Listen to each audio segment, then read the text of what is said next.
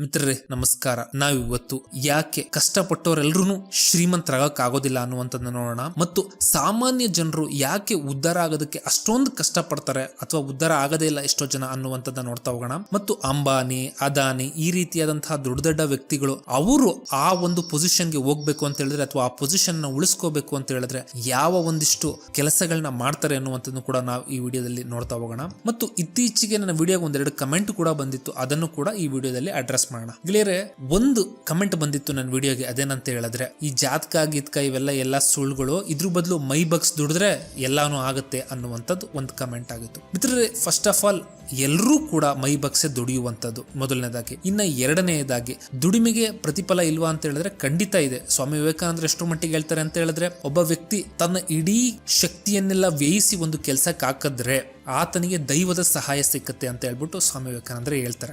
ಆದ್ರೆ ಮನುಷ್ಯನ ಒಂದು ಶ್ರಮಕ್ಕೆ, ಆ ಶ್ರಮಕ್ಕೆ ತಕ್ಕ ಪ್ರತಿಫಲಕ್ಕೆ ಒಂದು ಲಿಮಿಟ್ ಇದೆ ಅನ್ನುವಂಥದ್ದು ನನ್ನ ಒಂದು ಪರ್ಸನಲ್ ಒಪಿನಿಯನ್. ಯಾಕೆ ಅಂತ ಹೇಳಿದ್ರೆ, ಸುಮಾರು ಒಂದು 6 ಅಥವಾ 8 ತಿಂಗಳ ಹಿಂದೆನೂ ಒಬ್ಬ ಶ್ರೀಮಂತ ವ್ಯಕ್ತಿ ಅವರು ತಮ್ಮ ಕುಟುಂಬದ ಸಮೇತ ಕಾರ್ನಲ್ಲಿ ಹೋಗ್ತಾ ಇರ್ಬೇಕಾದ್ರೆ ಆ ಕಾರ್ ಮೇಲೆ ಒಂದು ಭಾರವಾದಂತಹ ವಸ್ತು ಬಿದ್ದು ಇರೋರೆಲ್ಲ ಮೃತರಾಗ್ತಾರೆ. ಇದು ನಮ್ಗೆ ಏನ್ ತಿಳಿಸುತ್ತೆ ಅಂತ ಹೇಳಿದ್ರೆ, ಮನುಷ್ಯ ಎಷ್ಟೇ ಮೇಲಕ್ಕೆ ಹೋದ್ರೂ ಕೂಡ ಒಂದು ಲಿಮಿಟೇಷನ್ ಅನ್ನುವಂಥದ್ದು ಇದ್ದೇ ಇದೆ.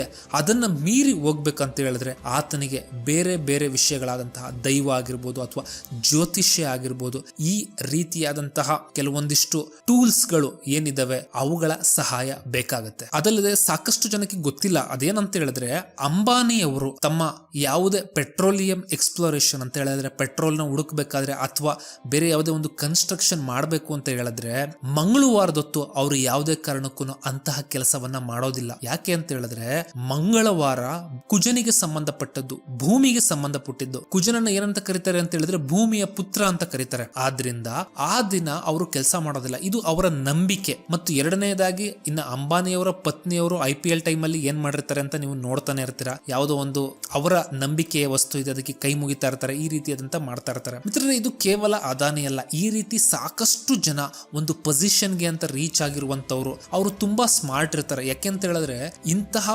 ವಿದ್ಯೆಗಳು ಏನಿದಾವೆ ಅಂತ ಹೇಳಿದ್ರೆ ಆಧ್ಯಾತ್ಮಿಕ ಆಗ್ಬೋದು ಅಥವಾ ಜ್ಯೋತಿಷ್ಯ ಆಗ್ಬೋದು ಅಥವಾ ಗುರು ಆಗಿರ್ಬೋದು ಅಥವಾ ದೈವ ಆಗಿರ್ಬೋದು ಅಥವಾ ಭಕ್ತಿ ಆಗಿರ್ಬೋದು, ಇವುಗಳ ರಹಸ್ಯ ಅವರಿಗೆ ಗೊತ್ತಿರುತ್ತೆ. ಅಥವಾ ಈ ರಹಸ್ಯಕ್ಕೆ ಸಂಬಂಧಪಟ್ಟಂತಹ ವ್ಯಕ್ತಿಗಳ ಒಂದು ಟೀಮೇ ಇರುತ್ತೆ ಅವರಿಗೆ ಸಹಾಯ ಮಾಡೋದಕ್ಕೆ. ಆದ್ರೆ ಸಾಮಾನ್ಯ ಜನರಿಗೆ ಇದು ಸಿಗೋದಿಲ್ಲ. ಒಬ್ಬ ಸಾಮಾನ್ಯ ವ್ಯಕ್ತಿಯ ಡೆಸ್ಟಿನಿ ಅಥವಾ ಕರ್ಮಗಳೇನಿದಾವೆ ಅಂತ ಹೇಳಿದ್ರೆ ಅದು ಚೆನ್ನಾಗಿತ್ತು ಅಂತ ಹೇಳಿದ್ರೆ ಆತ ಶ್ರಮ ಪಡ್ತಾನೆ, ಶ್ರಮ ಪಡಿ ತಕ್ಕನಾಗಿ ಮೇಲ್ ಬರ್ತಾನೆ. ಆದ್ರೆ ಆತನ ಶ್ರಮಕ್ಕೆ ಎಷ್ಟೋ ಬಾರಿ ಪ್ರತಿಫಲ ಸಿಗೋದಿಲ್ಲ. ಯಾಕೆ ಅಂತ ಹೇಳಿದ್ರೆ ಅವನ ಡೆಸ್ಟಿನಿ ಅಷ್ಟು ಚೆನ್ನಾಗಿರೋದಿಲ್ಲ.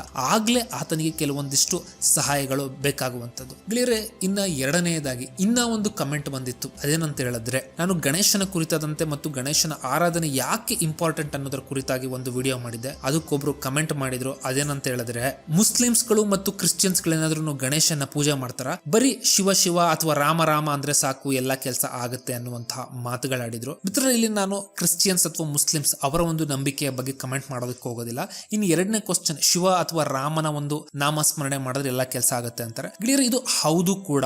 ಆದ್ರೆ ನಮ್ಮ ಹಿಂದೂ ಸನಾತನ ಧರ್ಮದಲ್ಲಿ ಬೇರೆ ಬೇರೆ ದೇವರಿಗೆ ಬೇರೆ ಬೇರೆ ಡಿಪಾರ್ಟ್ಮೆಂಟ್ ಅಥವಾ ಪೋರ್ಟ್ಫೋಲಿಯೋ ಅನ್ನುವಂಥದ್ದು ಇರ್ತದೆ. ಗಣೇಶ ವಿಘ್ನನಾಶಕ ಅಥವಾ ಗಣಗಳ ಅಧಿಪತಿ, ಈ ರೀತಿ ವಿಷ್ಣು ಮೋಕ್ಷಕಾರಕ, ಸೂರ್ಯ ಆರೋಗ್ಯಕಾರಕ ಮತ್ತು ಶಿವ ಜ್ಞಾನಕಾರಕ, ಈ ರೀತಿ ದೇವರಿಗೆ ಬೇರೆ ಬೇರೆ ಆದಂತಹ ಪೋರ್ಟ್ಫೋಲಿಯೋ ಇರ್ತಾರೆ. ಸೊ ನನ್ನ ಬಲವಾದ ನಂಬಿಕೆ ಏನು ಅಂತ ಹೇಳಿದ್ರೆ, ನೀವು ಒಂದು ದೇವರನ್ನ ಆರಾಧನೆ ಮಾಡ್ತು ಅಂತ ಹೇಳಿದ್ರೆ ಈ ದೇವರ ಪೋರ್ಟ್ಫೋಲಿಯೋದಲ್ಲಿ ಏನಿರುತ್ತೆ ಅದು ನಿಮಗೆ ಮೊದಲು ಸಿಗುವಂತದ್ದು. ಮತ್ತು ಅದು ಅಲ್ಲದೆ ಎಷ್ಟೋ ಕಡೆ ಅವರು ಆರಾಧಿಸುವಂತಹ ದೇವರು ಬೇರೆ ದೇವರನ್ನ ಆರಾಧಿಸುವ ಹಾಗೆ ಪ್ರಚೋದನೆ ಪಡಿಸುವಂಥದ್ದು, ಅಥವಾ ಸಬ್ಟಲ್ ಆಗಿ ಕನಸಲ್ಲೋ ಅಥವಾ ಬೇರೆಯವ್ರ ಮುಖಾಂತರನೋ ನೀನು ಈ ದೇವರನ್ನ ಸ್ವಲ್ಪ ದಿನಗಳ ಮಟ್ಟಿಗೆ ಈ ರೀತಿ ಆರಾಧನೆ ಮಾಡು ಅಂತ ಹೇಳಿರುವಂತಹ, ಗೈಡ್ ಮಾಡಿರುವಂತಹ ಎಷ್ಟೋ ಕಥೆಗಳು ನನಗೆ ಗೊತ್ತು. ನನ್ನ ಪರ್ಸನಲ್ ಎಕ್ಸ್ಪೀರಿಯನ್ಸ್ ಅಲ್ಲಿ ಹೇಳ್ಬೇಕಂತ ಹೇಳಿದ್ರೆ, ನಾನು ಒಂದು ಒಳ್ಳೆ ಪವರ್ಫುಲ್ ಕ್ಷೇತ್ರಕ್ಕೆ ಹೋಗಿದ್ದೆ. ಅಲ್ಲಿರುವಂತಹ ಗುರುಗಳು ನಾನಿರುವಂತಹ ಸ್ಥಳದಲ್ಲಿ ಹತ್ರ ಇರುವಂತಹ ಇನ್ನೊಬ್ಬ ಗುರುಗಳನ್ನ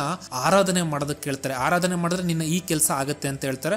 ನಾನು ಮಾಡಿದೆ, ನನಗೆ ಆ ರಿಸಲ್ಟ್ ಕೂಡ ಸಿಕ್ತು. ಸೊ ಅವ್ರು ಹೇಳ್ಬೋದಾಗಿತ್ತು, ಇಲ್ಲೇ ಬಾ ಈ ಕೆಲಸ ಮಾಡು ನಿನಗೆ ಸಿಗುತ್ತೆ ಅಂತ ಹೇಳ್ಬಿಟ್ಟು. ಬಟ್ ಅವ್ರು ಆಗ ಮಾಡ್ಲಿಲ್ಲ. ನಾನ್ ಹತ್ರ ಇರುವಂತಹ ಒಂದು ಸ್ಥಳವನ್ನ ಹೇಳಿದ್ರು. ಕ್ಲಿಯರ್? ಹೀಗೆ ನೀವು ಯಾವುದೋ ಒಂದು ಆಸೆಯನ್ನ ಇಟ್ಕೊಂಡು ದೇವರನ್ನ ಆರಾಧನೆ ಮಾಡ್ತಿದ್ರ ಅಂತ ಹೇಳಿದ್ರೆ ಆ ಆರಾಧನೆಗೆ ಕೆಲವೊಂದಿಷ್ಟು ರೂಲ್ಸ್ ಅಂಡ್ ರೆಗ್ಯುಲೇಷನ್ ಇರುತ್ತೆ. ಅದನ್ನ ನೀವು ಫಾಲೋ ಮಾಡ್ಲೇಬೇಕಾಗತ್ತೆ.